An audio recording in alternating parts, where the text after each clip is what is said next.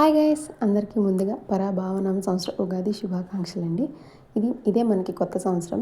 ఇది వసంత ఋతువు ఆరంభం అవ్వడం వల్ల మనం ఉగాది పండుగను అయితే చేసుకుంటాము.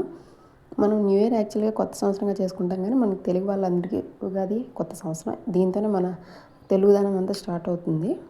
ఉగాది పండుగ రోజు మనం ఉగాది పచ్చడి చేస్తాం కదా, అది మెయిన్ అనమాట ఈ పండుగకి. ఇందులో తీపి, పులుపు, కారం, ఉప్పు, వగరు, చేదు అనే 6 రుచుల్ని కలిపి మనం ఈ పచ్చడి చేస్తాం.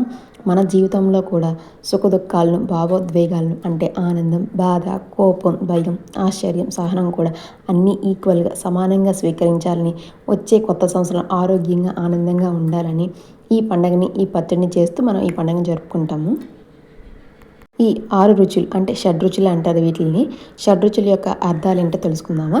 ముందు బెల్లం సంతోషం, ఆనందాన్ని సూచిస్తుంది. వేప పువ్వు కష్టాలు, బాధలు, సహనాన్ని సూచిస్తుంది.